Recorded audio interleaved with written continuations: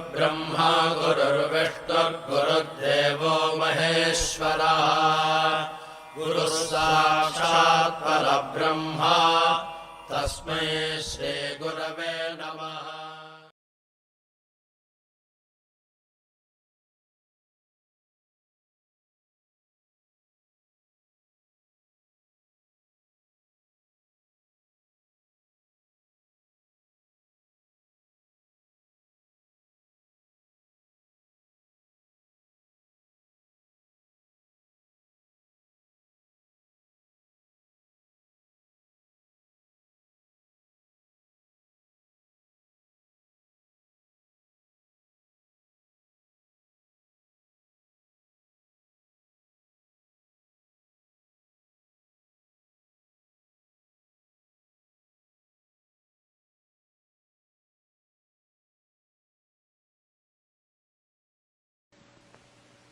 Walter and Elsie Cohen had an incredible story to tell after their last visit to Sai Baba. Mrs. Cohen lives in Santa Ana, California. Her husband died in June 1973. It was on Christmas that I was taken sick with pneumonia and died on Christmas Eve about 2.5, 3 hours later. My lungs filled up with phlegm, and I just smothered to death. The hotel had been alerted, and a doctor was on his way. The doctors pronounced that I was dead, and they loaded me into this morgue wagon and shut the door, but it didn't lock. And every time it would stop at a crossing, my body would roll back and forth, and when it stopped, it would start up, it would roll the other way, and I was very much afraid my body was going to go out onto the street.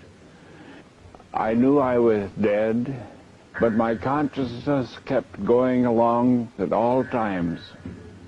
And I tried to convey to the drivers to shut the back door and lock it. And they, of course, I couldn't get through to them at all. And I was fretting about that until we got to the morgue, and they took me out, and the two men carried me in the stretcher and dumped me on the bed. And didn't straighten my legs out. One leg was above the other, and I was quite concerned about the lack of feeling or care they were giving to me. I could see it, but I couldn't convey anything to them. The nurse came in and straightened my body out and put cotton in my mouth and nose and in my ears and pulled a sheet up over my head. And I was thoroughly satisfied then, and I sort of figured that was the end of my body, and I was completely free.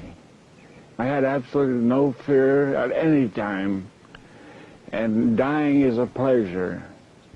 It is not a hardship. And then I found myself in a great hall with Sai Baba alongside of me.